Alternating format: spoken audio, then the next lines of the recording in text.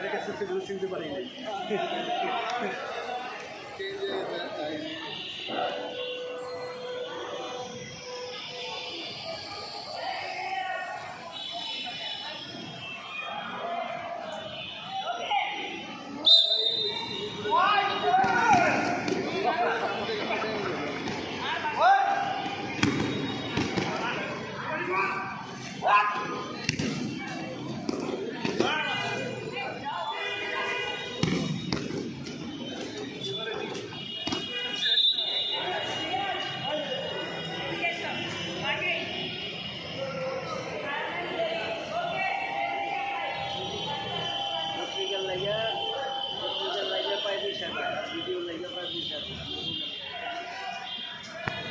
নতুন জায়গায় জানবো শুধু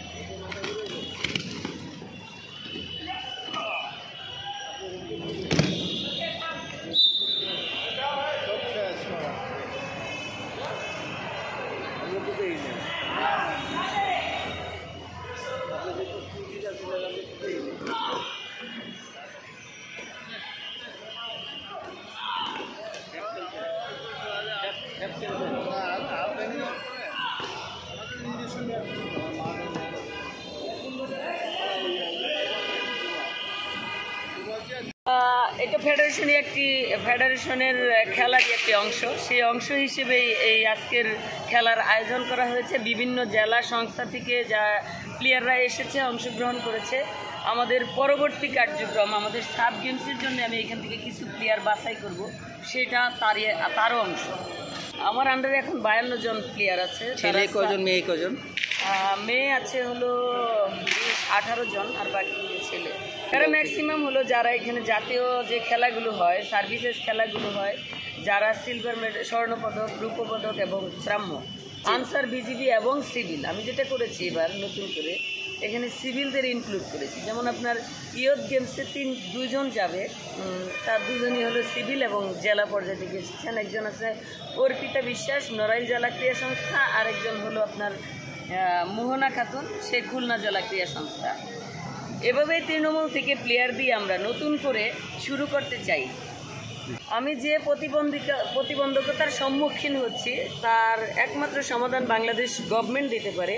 যেমন আমি আজকে হ্যান্ডবল স্টেডিয়ামে দাঁড়িয়ে কুস্তি খেলছি, রেসলিং খেলছি, এটা আমার কাম্য না। আমি একজন জাতীয় দলের প্লেয়ার ছিলাম, আমি জাতীয় আন্তর্জাতিক পর্যায়ে পদক জিতেছি দেশের জন্য, এবং যারা আমার সাথে ক্যাম্পে আছে প্রত্যেকেই দেশের জন্য পদক জেতার জন্যে নিজের যতটুকু পরিশ্রম করে যাচ্ছে। কিন্তু সেই পরিশ্রম তখনই সার্থকতা পাবে নিজেদের একটা স্টেডিয়াম থাকে, ভবিষ্যতে প্লেয়ার আসবে এবং তারা দেশের জন্য খেলবে। আমি চাই, বাংলাদেশ সরকারের কাছে চাইব, যেমন অন্যান্য ফেডারেশনের মতো আপনার সব ফেডারেশনের আলাদা একটি ভেন্যু আছে, তো আমাদেরও এমন একটি ভেন্যু, স্টেডিয়াম করে দেওয়া হোক, যেখানে সারা বছর প্লেয়াররা থেকে প্র্যাকটিস করবে এবং দেশের জন্যে পদক জিতবে। আজকে আপনি যেখানকার টুর্নামেন্ট করছেন, যারা কুমিল্লা থেকে আসছে তারা একটা গোল্ড মেডেল জিতেছে, সেই গোল্ড মেডেল নিয়ে তারা কুমিল্লায় ফিরে যাবে, এতে করে তার প্রতিভা ধ্বংস হয়ে যাচ্ছে। সে আবার কবে আপনার খেলা হবে, জুনিয়র বা সিনিয়র ন্যাশনাল খেলা হবে, তখন আসার সুযোগ পাবে। আমি সেটা চাই না।